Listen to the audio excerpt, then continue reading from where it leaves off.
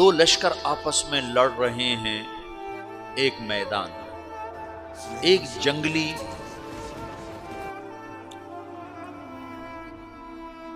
بدوؤں کا قافلہ، جنگل کے لوگ اپنے قبیلے کو لے کر، ایک جنگلی قبیلہ اپنے سردار کے ساتھ نقل مکانی کر رہا ہے ایک جگہ سے دوسری جگہ۔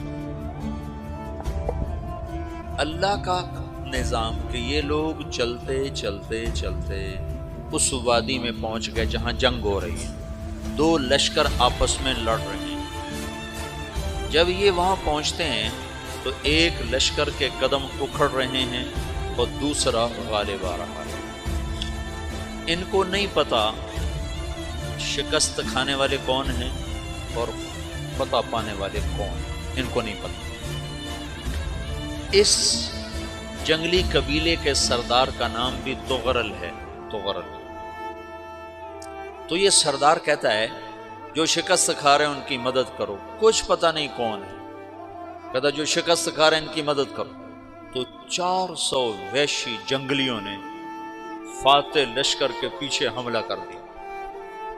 تو ایک کافی ہوتا تو 400 دوڑ دوڑ جب تلواریں پڑیں تو چند لمحوں میں نقشہ بدل گیا، بھاگنے والے جم گئے اور جمنے والے بھاگ پڑے۔ جب جنگ ختم ہوئی تو شکست خوردہ لشکر کے بادشاہ نے ان کو بلایا، اسے پوچھتا ہے مجھے جانتے ہو میں کون ہوں؟ کہا نہیں۔ کہا تو تم نے میری مدد کیوں کی؟ کہا انسانی ہمدردی کی وجہ سے، تمہیں شکست ہو رہی تھی اس لیے تمہاری مدد کی۔ اور اس نے اپنا تعارف کرایا، میں ہوں سلیمان سلجوقی، ترکی کا بادشاہ۔ مسلمانوں کا لشکر تھا اور تاتاریوں سے شکست کھا رہا تھا، تاتاری فتح پا رہے تھے، مسلمان شکست کھا رہے تھے۔ تو وہ اللہ کی غیبی مدد بن کر آئے۔ تو وہ اس سے کہتا ہے میرے ساتھ رہنا پسند کرو، تم نے میرے اوپر احسان کیا ہے، میں اس کا بدلہ دینا چاہتا ہوں، میرے ساتھ رہنا پسند کرو؟ میں نے کہا کر لوں گا۔ تو اس نے اس کو لے کر ترکی آیا، اور استنبول اس وقت روم کی حکومت میں تھا۔ اسے فتح کیا اس تغرل کے آگے چوتھے پانچویں پڑپوتے محمد فاتح نے۔ تو یہ استنبول ہے، یہ ترکی ہے، بیچ میں ایک چھوٹا سمندر ہے، یہاں ایک جاگیر ہے۔ تو سلطان سلیمان کہتا ہے یہ جاگیر تجھے وقف ہے، ادھر سے رومی مجھے تنگ کرتے ہیں حملے کر کر کے، تو میرا دفاع کرتے رہنا، یہ جاگیر تیری۔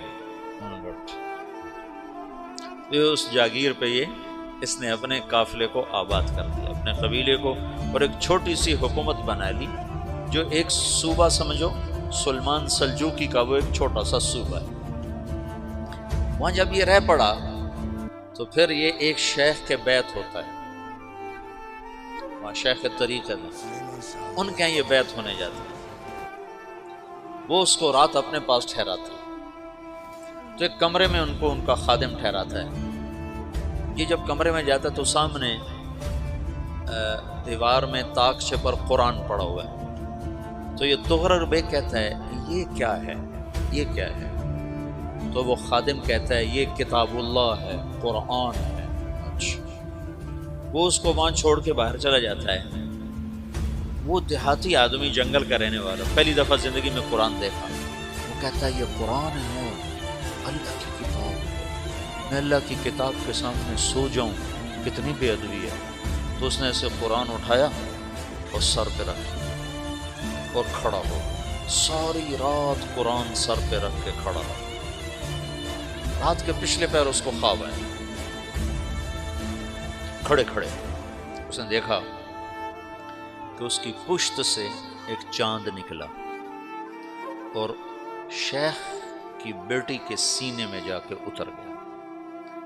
پھر اس لڑکی کے سینے سے ایک درخت نکلا جو پھیلتے پھیلتے پھیلتے 3 بر اعظم پہ چھا گیا، افریقہ پر، یورپ پر، ایشیا پر۔ پھر اس کی آنکھ کھل گئی، وہ کھڑا ہوا ہے۔ تو اس نے صبح یہ خواب اپنے شیخ کو سنایا، تو انہوں نے اپنی بیٹی اس کے نکاح میں دی تھی۔ اس بیٹی سے ایک بچہ پیدا ہوا، تغرل بیگ نے اس کا نام رکھا عثمان، عثمانی ترک نام سنو، جو میں نے کل بتایا تھا کہ 1924 میں وہ خلافت ختم ہوئی۔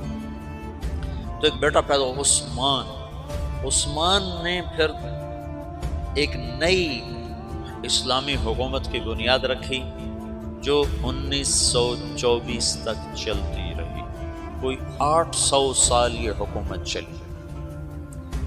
تو حکومت کا شیرازہ بکھرا لیکن پھر جڑ جاتا تھا، اور وہ قرن اول والا جوڑ کبھی نہ پیدا ہوا، ٹکڑے بن گئے۔